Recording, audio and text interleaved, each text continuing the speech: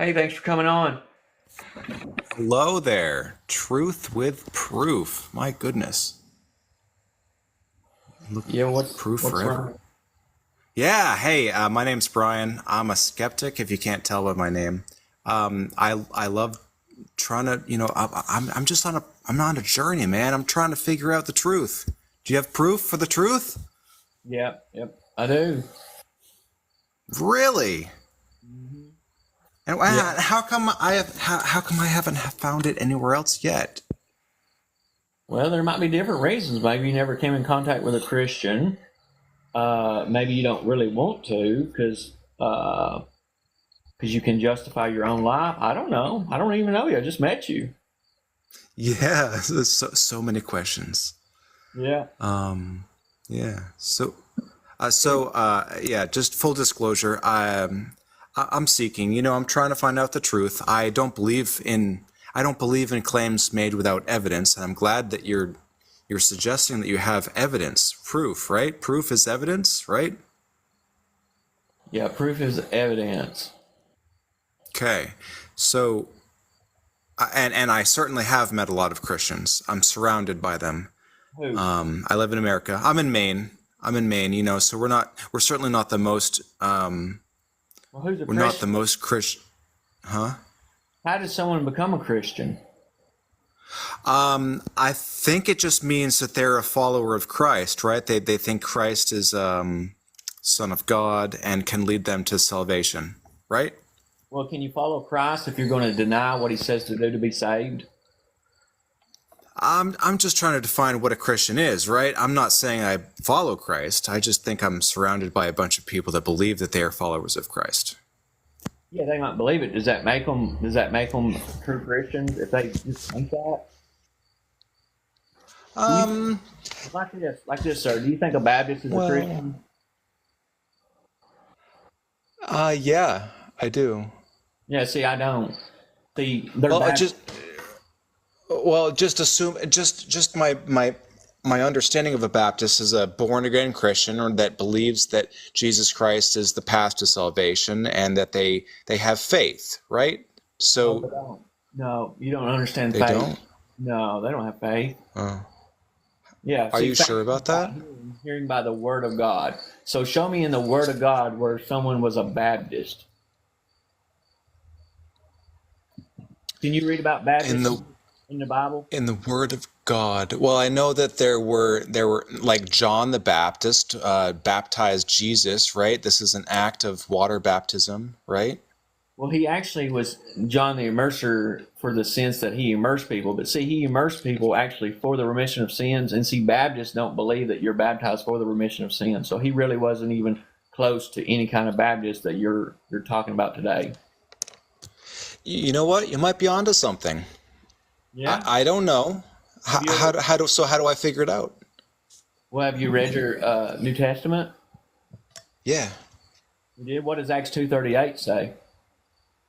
Oh, I haven't memorized the whole thing. Please tell me, what does Acts 2:38 say? Now, do you have a Bible? I do, but not in my hands. I'm in the shop. I'd have to go into the house. I have four Bibles, actually. Yeah. Well, that's good. You can maybe read it later. I mean, if you're really a seeker, like you say, you want proof. I don't want to spoon feed you. You're an adult. Mm-hmm. I am an adult, and I've read enough to be unsatisfied, right? So tell me, what does Acts, would you say 2:13 say? 2:16? 238. We'll just go on and 2:38. yeah. Well, Why are we Acts, the book. So the book of Acts. All right, you mentioned the book of Acts, and I do know a thing or two about the book of Acts. yeah. One of the most interesting facts was that it was written in the second century. Yeah, did you go back through a time portal or did you read that on the internet or how did you prove that? Well, according to scholarship, and all that we have is, people that know more than we do, right? Yeah, I guess it depends on what scholar, because the scholars that I read, they definitely do Yeah. not hold that it was in the second century. Well, some say it was the very end of the first century, 90 something up to two. It was written somewhere around the turn of the century, the first to second century.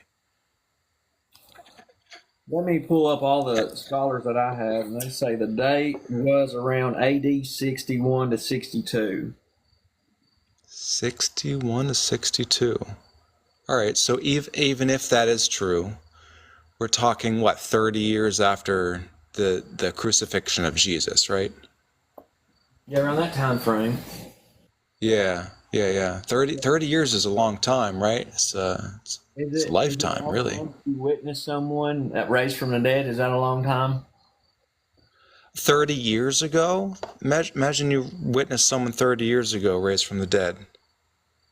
Yeah, if you saw someone that actually was with you for years and they raised from the dead, and then you recorded it sometime later, does that disprove that they raised from the dead or something?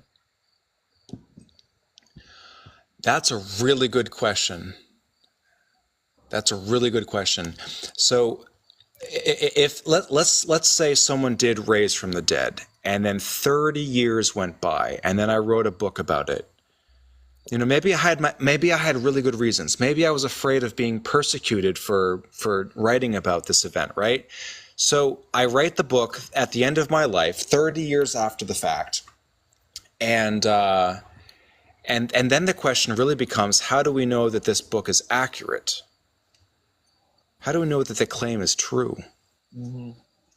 How do you know? Well, you can read it and look at the cities, the places, the witnesses that it claims. I mean, you could be the same thing. Do you believe anything's true? Are you a skeptic about everything or just the Bible? Oh, well, it's complicated. I am skeptical of every claim until there is sufficient evidence to warrant my belief in it. Okay, so do you believe any history? Of course I do. Yeah. Okay.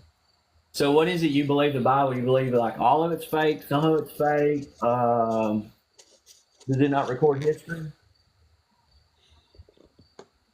I I think that the Bible is a vast collection of books that were written by a vast number of people, and they're claiming to be inspired by God, and I don't believe them. I don't believe that they were oh, well, they may be inspired by God, but look, the books talk about talking donkeys, snakes that turn into staves and staves that turn into snakes, the parting of seas, the resurrection of people, stopping storms, right? Just Jesus's miracles alone, healing the blind, curing the sick, walking on water, water into wine. These are it's mythology as far as I can tell. Okay, just let me see. So it's a lot of you don't believe in the miracles that's recorded, but do you believe in any kind of creator, or are you like full Yeah, blown? hang on. I'm so sorry. Just give me literally 30 seconds. My grandma is yelling at me. One sec. Yeah, that's fine.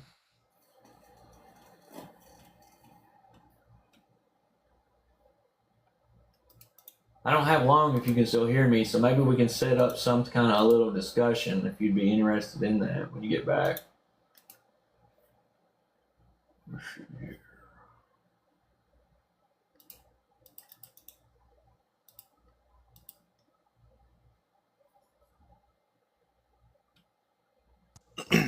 I'm so sorry about that. I'm a caretaker for my 92-year-old grandma, and she needs constant help.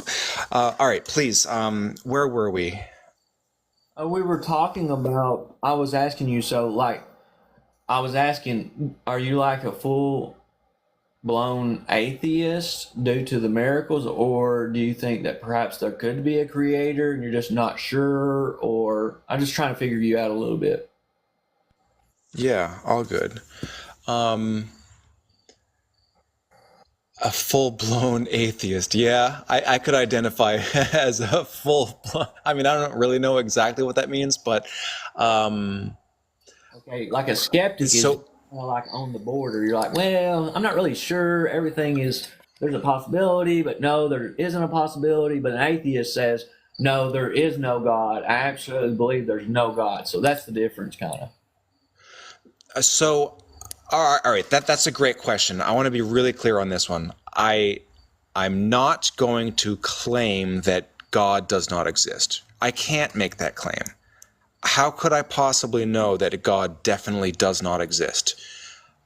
At my position as an atheist, though, as a agnostic atheist, is that I have not yet seen evidence that would lead me to believe that a God exists. Gotcha.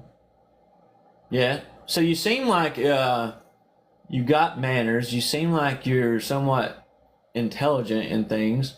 So TikTok's very hard to evangelize. So I have a YouTube channel. Would you be interested in coming on my YouTube channel and we could have a friendly 1 hour, 1.5 hour sit down discussion as far as presenting your arguments and presenting my argument? Like, Yeah, yeah. I have done that a couple times. I'd be happy to be a guest for sure. yeah, you did it. Have you ever used StreamYard? No, I've never. I've always used Discord. Okay, I don't even know what that is, but StreamYard's free and it's really simple to Okay. use.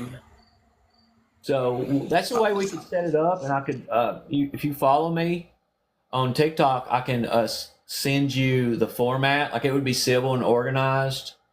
And we could first start out maybe presenting, does God exist? And maybe perhaps, have you heard of some of the arguments that prove that there is a God? Oh yeah, I've heard of classical theism, the transcendental argument, the kalam. Yeah. So the app is really weird for me. I've followed you, but it doesn't always work. I'm gonna send you a DM. I'm just gonna say hi real quick, and then you and I can we'll work out a time and date for a YT interview for sure. Yeah, but those arguments, I'm just curious, those arguments you just said, what are they? Can you explain them?